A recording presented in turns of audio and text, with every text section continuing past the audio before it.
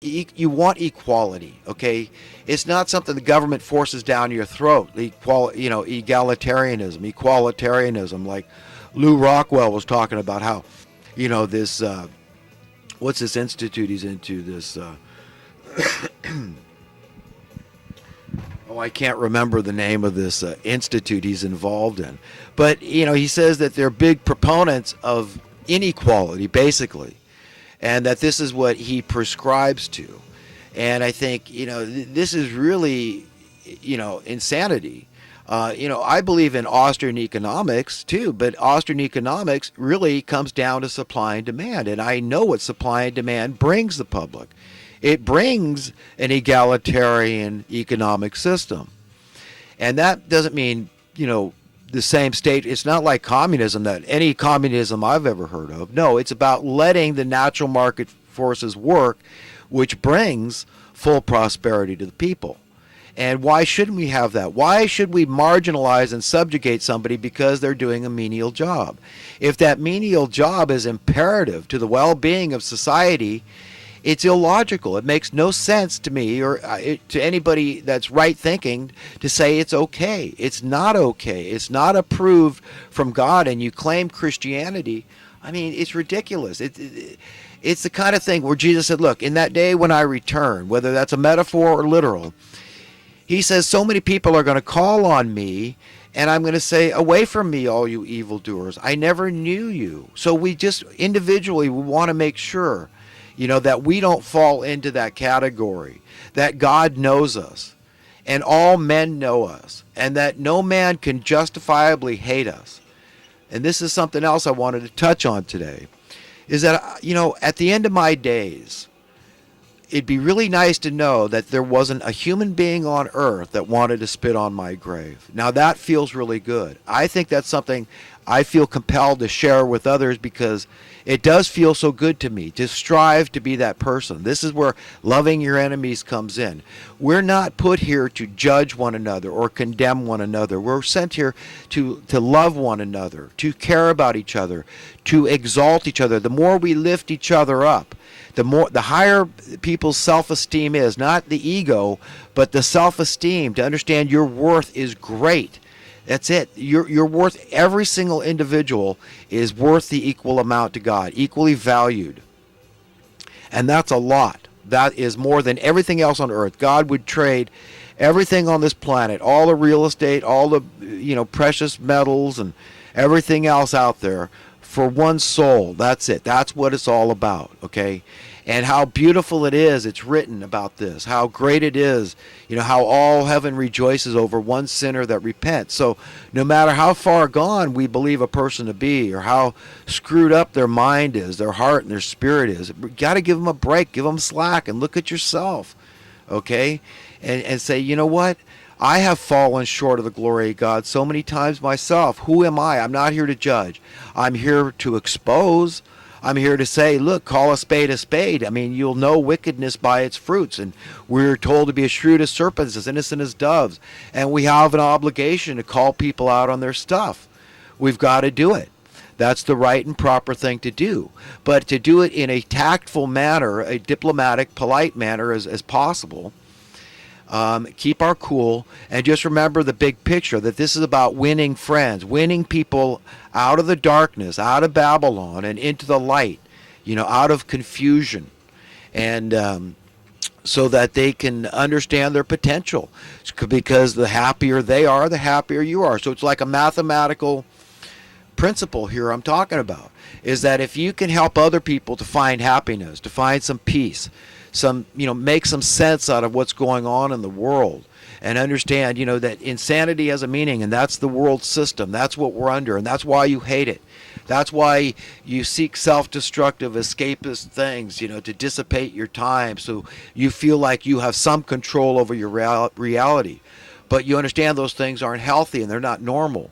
And none of us understand how different our own personal reality would be if we just didn't have to contend with these monsters, these money monsters that have just infected us. And as much as we think, well, money, it can be good and it can be bad, depends on how you use it. Look, the point is that it's an invention. It's not natural. It's not something that God gave us. And we have, we're getting a double whammy here because we're born under a curse. The evil one, whoever you believe, that this evil force got a lot of power, the power to deceive us, to tell lies, to murder, to manipulate, the things that God put on this earth, and to add stuff that God didn't want. Okay, this is all science. So this is like the black magic science, the dark arts, whatever you want to call it. But it's not supposed to be like this. It is, though. Why would God put thorns on a roses? Here he made the most beautiful of all flowers, gave it this beautiful scent for us, just delightful to want to, snip one off and bring it to your sweetheart. And then he's got thorns all over. It doesn't stop the deer from eating them. So what was the purpose of the thorns?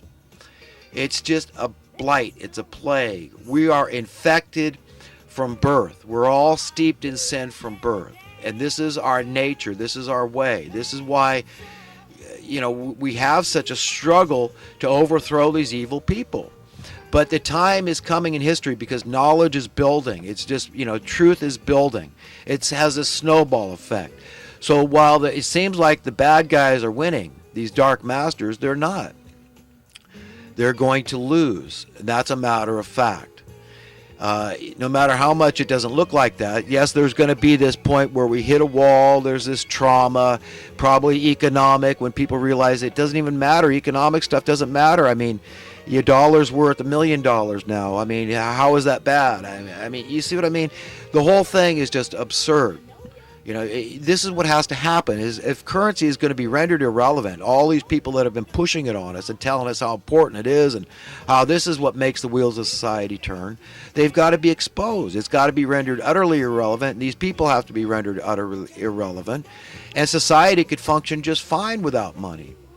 The only way society could break down is if your workforce suddenly became unwilling to serve. That's it. I mean, if somebody please tell me if I'm wrong. But if everybody just kept doing what they're doing right now, there'd be plenty for everybody, because we all know that, that they can't sell enough cars. They shut down the factory. All the stuff that we're able to produce in America, we can't use. So we can trade with other countries. But there's only one direction your currency is supposed to go. It's supposed to go up in worth. And there's only one direction your cost of living is supposed to go, and that is down. That's it. So remember, it's like a scale. Cost of living goes down perpetually. The worth of your currency goes up. Until what? Until we just don't care about money anymore. And this is what has to come upon the earth. And we've all got to just understand how dramatically different it's going to be at that time. Even if the curse is still on the earth, even if there's still thorns on a rose, and we still got mosquitoes and hornets, we still have natural disasters, and gravity is a deadly force, causing accidents to be deadly. And your atomic structure is feeble, and we get diseases and all these problems we have. But one thing we don't deserve, that's the fall. We can say, well, we're just paying the price our ancestors did for screwing up, for accepting the knowledge of good and evil. Sure. And so that's why we have all these, external problems. But you see, we also have the ability to imagine a way out. And so where it's written that this renewal of all things is coming, we see a way out of all these stinging insects and gravity being deadly and natural disasters and hot and cold and diseases and all these problems that money can't solve anyhow. But we shouldn't have to contend with these people that are perpetually making us fearful. And they're doing that through insecurity. Anytime people have financial insecurity, that's a very real and present form of fear. And this is what we don't deserve. Okay? And so it's very important that we understand the tie between spiritualism, which is really just, existential stuff, that we're talking philosophy here. We're talking, understanding, being introspective, circumspective, and thinking outside the box and all this stuff. And like Jesus said, be smart, be shrewd as serpents, but innocent as doves. It's just part of that, and saying, what really am I supposed to embrace here? What is the reality that I'm shooting for? What is this mass confusion? That's so hard to put my finger on it. But we've got to do it, and it's happening. It's happening, Even if I died today, it's going to happen because knowledge is increasing. You can't stop it. It's, and so no matter what these people say, that say, oh, history is just repeating itself and it's cyclic and all this stuff. Sure, you could point to similarities in history, but none of it is exactly the same. And it's not cyclic because people are learning. And the establishment, the people running the system, these money masters, these monsters, are losing their power. They're going to lose their relevance, and that they're going to lose their critical mass, because right now they've still got a critical mass of people that are plugged into the establishment. Okay? They've got a critical mass of people that are still vested in the system through things like 401ks. So they're rooting for the system to succeed. A lot of people are doing that, maybe in a subliminal, subconscious way, because we're all scared and we know that, hey, if the stock market goes belly up, I'm going to lose this employer because that's where they get the money they need through their dividends. That's how they pay me. We all, we're all tied together, inextricably interconnected. This is this osmotic thing we share as human beings. We know that when bad things or even perceived bad things happen to others, they're happening to us also. So we can't help but be affected and infected by this miasma. That's really what it is. It's just this bad feeling, this ominous, foreboding feeling that, this suspense and this anxiety, and we're all anxious. And, when are we ever going to have stability? And every time there's any kind of stability, we've got people I even respect and admire and look up to, telling us everything's bad. Inflation is bad. Deflation is bad. Stagflation is bad. Oh my gosh, shrinkflation is bad. And really, if you look up the term shrinkflation, which I did recently, it's actually a very real and valid term. And this is, you see a product you've been purchasing has always been like a quart of mayonnaise, let's say, and then it shrinks. Well, it's 30 ounces. So what's the next step? It's going to go to 28 ounces, 24 maybe. But the price will go up concurrently. So it's a double whammy there. You understand? You're getting more and you're paying less. So even though your numbers go up, maybe you're getting a pay raise or something. So your numbers go up, but the worth is constantly going down. Okay? This is what happens. This is why it's so bad that you have any single commodity in society inflate in cost, okay? And that means your currency deflated relative to that inflation. That's the debasement of the currency. That's your currency going down in worth. So housing has gone up dramatically in America, and it's going up around the world. We've had people for decades now going out on TV and, encouraging people to be investors and, become a landlord. And, Carlton Sheets there was, and we got Rich Dad out there and all these other people that just think it's just great that, this is it, man. And so they're teaching you, and somehow by promulgating this, they make money as investors themselves and speculators and flippers and landlords. You see, the more people they get on the bandwagon, that it becomes a special interest group that's growing, so they make more money. I've seen groups of investors create housing shortages and exacerbate the cost of housing practically overnight, virtually overnight. Really, it's a matter of 2 or 3 years, but it happened in Las Vegas. Case in point, in 2001 in Las Vegas, I bought a 3-bedroom, 2-bath home, and I paid, as I remember, it was about $120,000.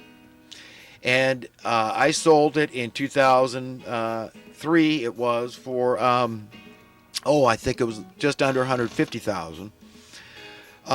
But from 2003 to 2005, housing prices doubled. That means they went up 100% in 2 years.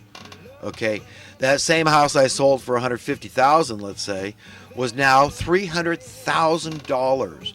Now, do you have any idea how that affects rent? Okay, because there's a direct correlation between the cost of rent and the cost of home purchase. All these investors are very savvy, very shrewd. They know how to pencil it in. They call it. They know math, and these real estate agents. They're all these are special interest groups. that form one giant hydra monopoly. It's just a bad deal, okay, for people that are left out of the loop, okay, that aren't part of one of these special interest groups. The lending institutions are another special interest group.